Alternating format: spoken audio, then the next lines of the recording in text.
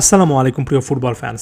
Argentina সংক্রান্ত একটা আলোচনা যেখানে আপনাদের বেশ কয়েকটা গুরুত্বপূর্ণ প্রশ্ন, কয়েকটা কোয়েরির উত্তর দেওয়ার চেষ্টা করব এবং মোটামুটি লম্বা একটা ভিডিও হচ্ছে এবং এই ভিডিওতে ফিনালিসিমা প্রসঙ্গ দিয়ে শুরু করব, সেটা লেটেস্ট আপডেট, তারপরে Angel Di Maria, Lionel Messi, Argentina squad ইত্যাদি বিষয়গুলো থাকবে। তবে শুরুতেই বলে নিচ্ছি যে ভিডিও রেকর্ড করা এবং পাবলিশ করার মাঝখানে যেহেতু একটা বিশাল সময়ের দরকার হয় বর্তমান প্রেক্ষাপটে, তাই একেবারে লেটেস্ট আপডেট না বলে এটা পাবলিশ হতে হতে পরিবর্তিত হতে পারে, এই জিনিসটা একটু ধরে নেবেন।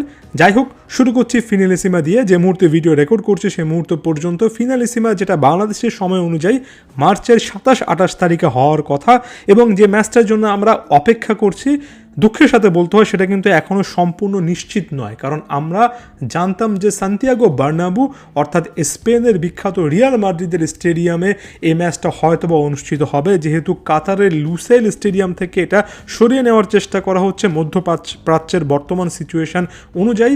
তবে শেষ মুহূর্তে এসে যে জিনিসটা আর্জেন্টিনার প্রেসিডেন্ট অর্থাৎ এএফএ প্রেসিডেন্ট ক্লাউদিও তাপিয়া বলছেন, সেটা হচ্ছে তিনি ম্যাচটা একটা নিউট্রাল ভেন্যুতে দেখতে চান, নিরপেক্ষ ভেন্যুতে দেখতে চান এবং তিনি দাবি করছেন স্পেন যদি এটা সান্তিয়াগো বার্নাবু অর্থাৎ স্পেনের মাটিতে চায়, তাহলে আর্জেন্টিনা এটা মনুমেন্টাল অর্থাৎ আর্জেন্টিনার রাজধানী বুয়েনোস আইরেসে চাইবে, নিজেদের ভেন্যুতে চাইবে।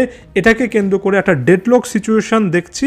জানি না ভিডিওটা পাবলিশ হতে হতে সেই ডেডলক সিচুয়েশনটা কেটে যাবে কিনা, তবে মোটা দাগে বলা যায় যে স্পেন যখন এটা চাচ্ছে সান্তিয়াগো বার্নাবুতে হোক, সে জায়গা থেকে আর্জেন্টিনার ফুটবল অ্যাসোসিয়েশনের প্রেসিডেন্ট একই লজিকে বলছেন, তিনি চান যে এটা তাদের নিজেদের দেশের ভেন্যুতে হোক কিংবা আসলে নিরপেক্ষ ভেন্যুতে হোক। এবং ক্লাউদিও তাপিয়ার স্টেটমেন্টটা অনেকে ভুলভাবে ব্যাখ্যা করতে পারেন। তিনি কিন্তু ক্লিয়ারলি বলেছেন যে তিনি বিশ্বাস করেন ফিনালিসিমার মতো একটা ম্যাচ আসলে নিরপেক্ষ ভেন্যুতে হওয়া উচিত, তাই এটা রিয়াল মাদ্রিদ সংশ্লিষ্ট কোনো ব্যাপার নয়, রিয়ালের মাঠে খেলতে যাওয়ার নিয়ে কোনো ইস্যু নয়। তিনি চাচ্ছেন কোনো একটা নিরপেক্ষ ভেন্যুতে হোক, সেজন্যই তিনি দাবি তুলছেন স্পেন যদি চায় এটা স্পেনের মাটিতে হয়, তাহলে আর্জেন্টিনা চাইবে যাতে করে আর্জেন্টিনার মাটিতে হোক। নিরপেক্ষ ভেন্যু হিসেবে বেশ কয়েকটা নাম আছে, দেখা যাক শেষ মুহূর্তে কি এখানে উঠে আসে। আমি এ ব্যাপারটাকে একটু একপাশে সরিয়ে এবার আনহেল ডি মারিয়া প্রসঙ্গে চলে আসছি, কারণ একটা লম্বা সময় ধরে এই আলোচনাটা চলছে, বিশেষ করে বাংলাদেশি প্ল্যাটফর্মগুলোতে এটাকে ফুলিয়ে ফাঁপিয়ে আরও অনেক বড় করা হয় যে আনহেল ডি মারিয়া শেষ পর্যন্ত 26 বিশ্বকাপে দলে ফিরে আসবেন কিনা। দেখুন, প্রথমত এই জিনিসটা স্বীকার করে নিতে হয় যে ডি মারিয়ার মতো একজন প্লেয়ারের উপযোগিতায়, বিশেষ করে তিনি যখন আর্জেন্টিনার ঘরোয়া ফুটবলে এই মুহূর্তে আসলে ভালো খেলছেন, তার যে লেভেল, তার যে ওভারঅল মান, সে অনুযায়ী ডি মারিয়ার মতো একজন প্লেয়ার চলে আসতেই পারেন খেলতে, আরও একবার তিনি চাইতেই পারেন এবং তিনি যদি চান তাহলে তাকে অগ্রাহ্য করার মতো সিচুয়েশন এখনও তৈরি হয়নি। তবে মূল কথা হচ্ছে ডি মারিয়া আসলে চান কি না। অনেকেই হয়তোবা ডি মারিয়া আর্জেন্টিনা জাতীয় দলে ফেরত আসুক সে জিনিসটা চান, তবে আনহেল ডি মারিয়া নিজে কী ভাবছেন সেটা এই মুহূর্তে পর্যন্ত আমার কাছে মোটা দাগে নেগেটিভই মনে হয়। যেমন সর্বশেষ একটা রিপোর্ট দেখেন ওয়ান ফুটবলের, যেখানে ডি মারিয়ার একটা সাম্প্রতিক ইন্টারভিউকে উদ্ধৃত করা হয়েছে, যেখানে ডি মারিয়া বলেছেন নাথিংস চেঞ্জড, অর্থাৎ আগের তার যে সিদ্ধান্ত সেখান থেকে কোনো কিছু পরিবর্তিত হয়নি। আমার কাছে মনে হয় ডি মারিয়ার ফেরার সম্ভাবনা এই মুহূর্তে অনেক অনেক কম এবং ডি মারিয়া এই জায়গা থেকে আসলে জাতীয় দলে ফিরবেন ক্লিয়ার কাটভাবে এমন কোনো কথাবার্তা এই মুহূর্ত পর্যন্ত বলেননি। এটার বাইরে গিয়ে অনেকের আগ্রহ অবশ্যই আছে, ডি মারিয়ার মতো একজন প্লেয়ারকে ফিরিয়ে আনার তাগিদ অবশ্যই আছে, তবে সেটাকে ফুলিয়ে ফাঁপিয়ে ডি মারিয়া ফিরবেন এটাকে কনফার্মেশন আকারে দেওয়া হচ্ছে, যেটা ডি মারিয়ার পক্ষ থেকে আমি একেবারে কনক্রিট এভিডেন্স হিসেবে পাইনি। আমি এরপর একটু ছোট করে লিওনেল মেসি প্রসঙ্গে চলে আসতে চাই। লিওনেল মেসির প্রসঙ্গটা এখানে একেবারে ভিন্ন এবং লিওনেল মেসিকে কেন্দ্র করে আর্জেন্টিনা আরও একটা বিশ্বকাপের প্ল্যান সাজাবে, এটাই এই মুহূর্তে সবচেয়ে লাইকলি একটা সিচুয়েশন এবং আশা করছি সেই জিনিসটা হবে। তবে যে বিষয়টা আমাকে ভাবাচ্ছে সেটা হচ্ছে ইন্টার মায়ামি জার্সিতে লিওনেল মেসিকে আরও একবার দলটাকে ক্যারি করতে হবে, ইটস এ গিভেন, এটা ইন্টার মায়ামির ক্ষেত্রে সবসময় প্রযোজ্য।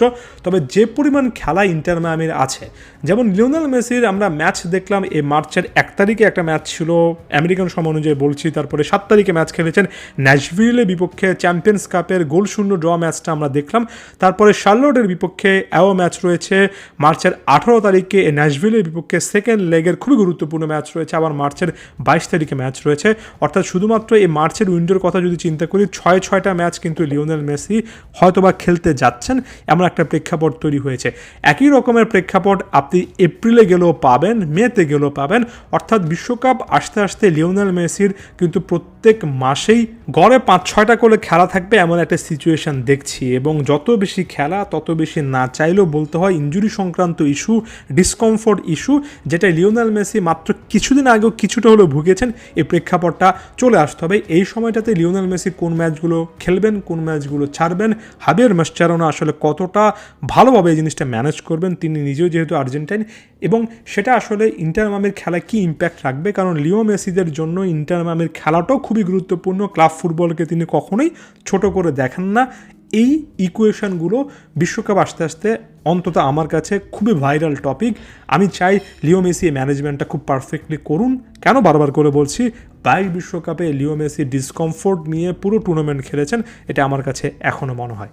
এরপর আমি আরও একবার ফিনালিসিমের প্রসঙ্গে চলে আসছি, কারণ শেষ পর্যন্ত ফিনালিসিমের ভবিষ্যৎ যাই হোক না কেন, আর্জেন্টিনার জন্য এটা একটা খুব ভালো টেস্টিং গ্রাউন্ড হতে পারে। কারণ এখানে ওভারঅল দলের একটা অবস্থা বোঝা যেত এবং এটার প্রেক্ষিতে বলা যেত যে আর্জেন্টিনার পরবর্তী 2 মাসে বিশ্বকাপ আসতে আসতে কীভাবে তাদের দলটা আসলে তৈরি করবে, কোন জায়গাগুলোতে আসলে এখন স্কালোনির কাজ করা উচিত, বিশেষ করে যখন আপনি ইনফর্ম লামিন ইয়ামালের মতো একজন উইঙ্গার, নিকো উইলিয়ামসের মতো উইঙ্গারের মুখোমুখি হবেন, তখন এই ডিফেন্সিভ, বিশেষ করে right back, left back position, central defensive midfield, এই জায়গাগুলোতে যথেষ্ট অপশান আছে কিনা এটা বাজিয়ে দেখার জন্য হলো আর্জেন্টিনার ফিনালিসিমা শেষ মুহূর্তে এসে খেলা উচিত, এবং আমি আশা করব শেষ পর্যন্ত সেটা হবে।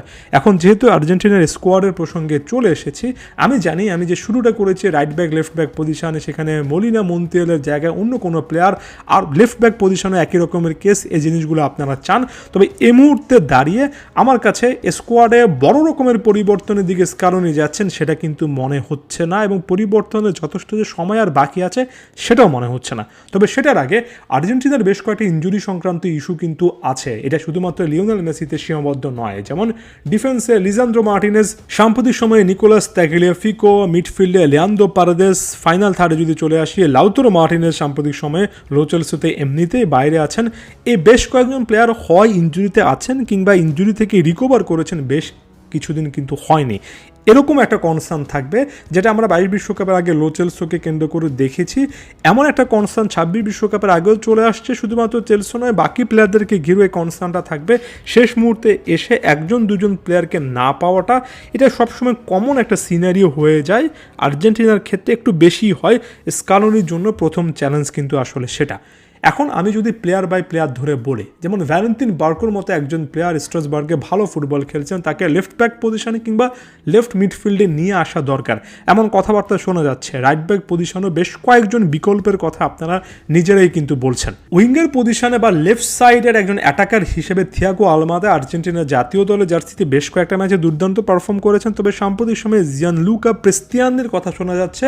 অবশ্য এই প্রেস্তিয়ানি আবার ভিনিসিয়াস জুনিয়রের সঙ্গে একটা বিতর্কিত বিষয়ে জড়িয়ে নিজে বর্তমান ক্যারিয়ারটাকে বেনফিকায় মরিনোর অধীনে সংশয়ে পড়েছেন, যেটা বিশ্বকাপের আগে একেবারেই দরকার ছিল না। কারণ এই পজিশনগুলোতে অ্যাটাকার হিসেবে আরও নতুন নতুন অপশান আর্জেন্টিনার আসলে দরকার।